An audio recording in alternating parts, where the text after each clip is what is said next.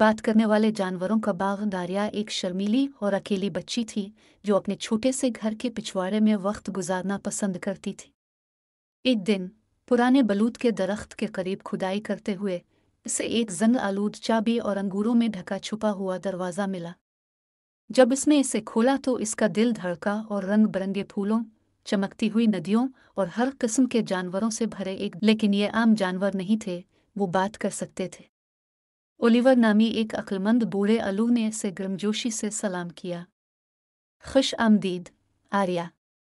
ये बात करने वाले जानवरों का बाग है जो मेहरबान दिल वालों के लिए जगह है।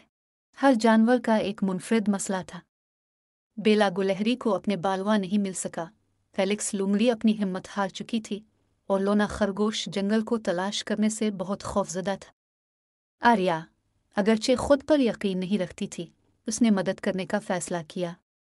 इसने बेला की मदद के लिए अपनी तेज़ याददाश्त का इस्तेमाल किया, फेलिक्स को अपने खौफ का सामना करने की तरगीब दी और लोना के पंजे को थामे रखा जब वो नामालूम की से आर्या ने अपने नए दोस्तों की मदद की। वो खुद को ज़्यादा बहादुर और पुरएतमाद महसूस करने लगी। जानवरों ने इसे खुश किया और ओलिवर ने इसे बाग का एजाज़ी सरपरस्त करार दिया। आर्या घर वापस आ गई, इसका दिल खुशी से भर गया, ये जानकर कि इसके पास हमेशा एक जादुई जगह होगी।